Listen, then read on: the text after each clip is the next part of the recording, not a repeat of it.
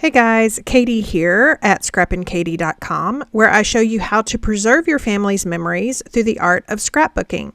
In today's video, I am going to talk about those not so perfect school photos and why we should still scrapbook them. I am going to be doing a layout of one of my daughter's school photos. Now, this is one of those things that you have to pay ahead of time. I got it. I didn't want to mess with retakes.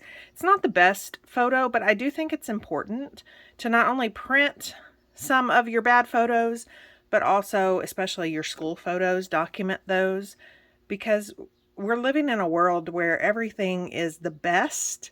It's all edited. And so I think that it's really important, especially for young kids, to see that it's okay to have your bad days. You saw a lot of color going on with that layout. So I have just pulled a few of the colors from the photo, and then other than that, I'm going to stick with the gray bundle. So I've got linen, mink, and then I've got charcoal. Pewter also comes in this one, but I don't think I'm going to use that one. And I may not even use the charcoal.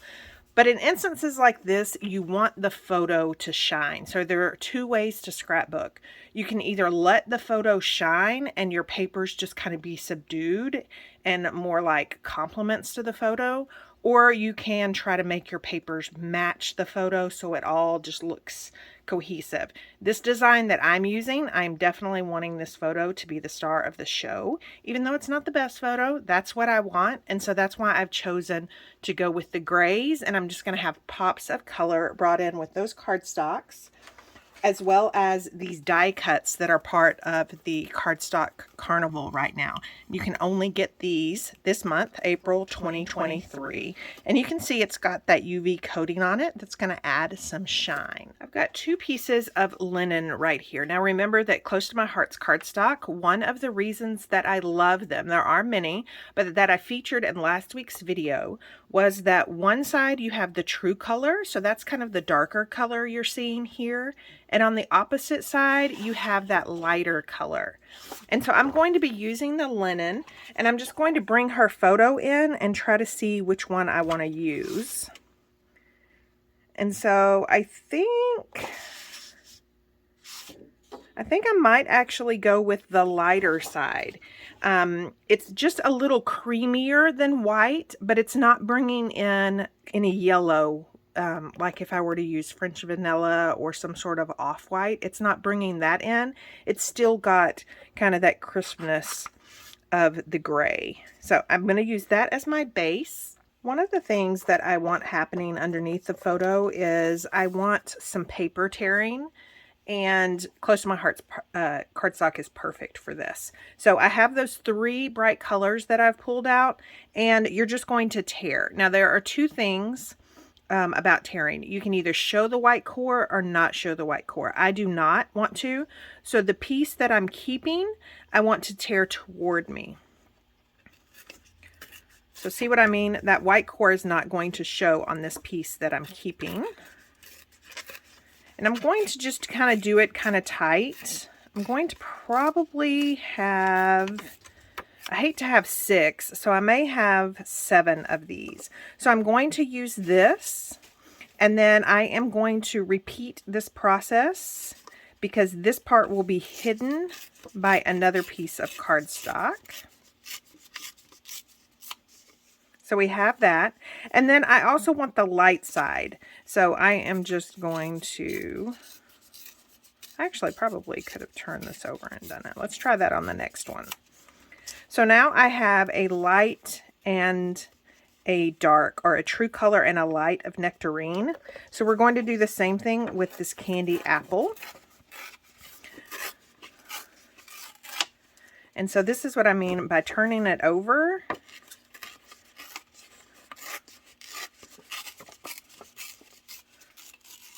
So now I have the light side and the dark side of it. And then we're going to that light side of linen, and I've actually cut a 6 by 12 piece, and that's going to actually serve as my photo mat. And then I am going to use that true side of linen for the rest of the base page. So I've trimmed all of these pieces down, and now I just want to try and see in what order I'm going to put them in. And I don't want them together. So let's actually use a light, a dark, a light. I did go ahead and do Glacier. I had a 1 by 12 piece scratch piece, and I just thought it was perfect. And then that one, and then I'm going to go a different order this way. So then I'm going to go Nectarine, and then this. So how far down?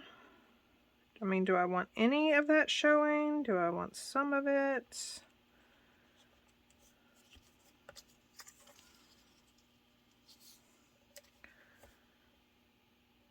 Okay, so I think I like that. And I think I am going to use this. So being that I know what I want this to be, we are going to go ahead and attach this piece of Glacier to this candy apple, and that way I can go ahead and trim it down. And I'm just going to line this up on my glass mat so I can make sure that I get this straight across. Okay, and then I'm just going to trim that off. Then the next thing I know that we want is this candy apple. And then remember, this is the light side, and so we want it down at the bottom. Now, I did only apply tape at the top. The one good thing about paper tearing or fringing or anything like that is you want to be able to use that torn or that fringed edge as dimension. And so once I get all of these glued down, I'm going to go back and I'm going to kind of rough up those edges. So now I've got the true color of Sapphire, the light color of Nectarine. I can also kind of trim these off. And then I'm going to pull in Glacier. And being that these straight lines are not going to show all except the very top one, I don't really have to worry about it being straight. I'm going to do that. Then this true color of Nectarine. And then we're going to pull in this piece that we've already established. So I kind of want to make sure that that is centered all the way around. Now I did go ahead and put this on a white photo mat, just to kind of make it pop, and I'm probably going to use 3D foam tape for that. But I'm just making sure that the equal border is all around the top and the sides. And then ultimately, I want to finish off that frame with this one. I'm going to get this straight on my mat. And then I am going to just secure it with my magnets, just so it doesn't move.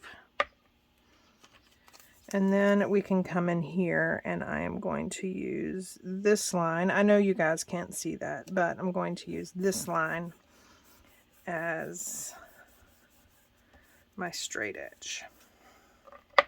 Okay, so we have that. Again, that's probably going to go 3D foam tape. And then I am just going to kind of clean up this edge and then see what I mean about the tear, and then, or if you're using fringe, you want to be able to capitalize on that edge. And so you just kind of run your fingers around it. Some of that white core from this cardstock, this Close to My Heart cardstock, is going to show through, which is okay. I just didn't want the majority of that white core showing. Now is a perfect opportunity to remind you that if you are liking this video so far, go ahead and leave me a thumbs up. And if you aren't already a subscriber, hit that subscribe button. I am taking these die cut pieces, and there are some buttons. I will never use buttons on anything probably. And so I am just using just several of the sizes. They come in large, medium, and small. So I'm just punching some. Now I'm not using all the colors of the die cuts, just the colors that kind of match here. I am going to bring in yellow, just because I think it's a bright, cheerful color. And then I'm not going to worry about the buttonholes either. I have that 12 by 12 linen on the true side down on my mat, and I think I want my little photo. I don't think I want it centered. I think I want it starting at 2 inches from the left and going over here. So at 7 and 13 on my glass mat is where I'm going to create this border of buttons. So I am going to draw a pencil line. So at 13 and 7. Okay, so somewhere around there is where those button borders can go. And I'm just going to be using liquid adhesive to do this.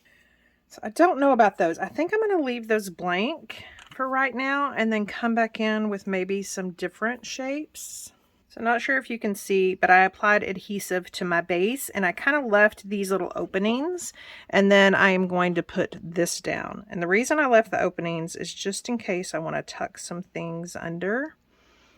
I'll have that leeway to do so. I'm going to go ahead and get my photo adhered down. Again, this is popped up using 3D foam sheets, just to kind of get a better coverage. So I feel that probably nectarine needs to go up there. So this little tab, I did decide to go ahead and only adhere it to this. So it's kind of hanging off. And then I think I'm going to put my title right under here. I'm going to start with the E. Kind of make it even with that right side of the photo. Okay, so that is that. That is that. I've got these adhered down. I did put some foam adhesive underneath these leaves just to kind of add some dimension. And then I'm going to add adhesive on the back of this word happy and put some cardstock behind it, just to kind of make it where, because it's going to hang off and it's just kind of busy right there. So I definitely want you to be able to see the word happy. So I'm going to do this with minimal cutting. So I've lined this cardstock up where I don't have to do any cutting on the bottom, just the top. And then I'm just going to cut around that banner piece. I am going to add some 3D foam tape off the photo. So probably right there. And that is what is going to adhere. You could also do this trick if you are doing a layout and adding photos later. Not sure how you feel about that, but sometimes I have to do that, especially if I'm teaching a class. And so anything that's going to overlap your photo placement, you just don't add adhesive right there, and it makes it really easy just to tuck those photos in there once you get them printed and you decide what to use. There are also some red hearts in these little die cut pieces. So I've chosen one and I'm just going to offset a red heart. Okay, so there's that. You know, there's these two little gaps right here, but I think all in all, I really don't need something there. I could add some more hearts, but I kind of like the idea of just having one. I'm not sure. You know what? I'm probably not going to add journaling lines because I don't want linear, linear, linear. So I'm probably going to just do some freestyle journaling, maybe on a journal card. So I lied, like I usually do. Those little spaces are bothering me. It's also bothering me that you can kind of still see my pencil mark. So I'm wondering if I can do something that spans over into the photo mat, kind of like these do. That would be a nice little triangle right there. I have been trying to get better about not worrying so much about perfection. It is just getting to where it is, ouch, it is just almost like paralyzing me because everything has to be perfect and it's not. You know, I told you guys at the beginning of this video, this photo is not perfect. The child did something to her hair between the time I dropped her off and the time the photo was, no one decided to even question it, which is even scarier. Like, did you not look at my child and say, hey, she usually doesn't come to school like this? But it doesn't have to be perfect. And so I need to get over that. So I have a center of a bow. I am going to attempt to slide this under. If not, I can bring out either some gems. Oh, looky there. Perfect. So that center stayed, that center stayed. So I think I am good with it. If I'm not, too bad, because you guys heard my Alexa alarm go off. So it is time. It's time for me to finish getting ready for basketball and get on about my business. So make sure you follow me on Instagram, because I will be posting a finished, not my journaling. You guys know I don't like to do my journaling on here, but I will be posting any additional little doodads that I add to here. And then also, it's just a good idea to hop on over there. I usually do reels, stuff that just kind of show fast things. If you're a card maker, I usually like to show all my cards over on Instagram, and then of course my Facebook page. You will find links to all the products that I used down below. Remember that Cardstock Carnival is only around for the month of April 2023. So if you want to take advantage of not only these die cut shapes, but stocking up on this wonderful close to my heart cardstock, I'll leave a link for that down below as well. Thanks, and have a wonderful weekend.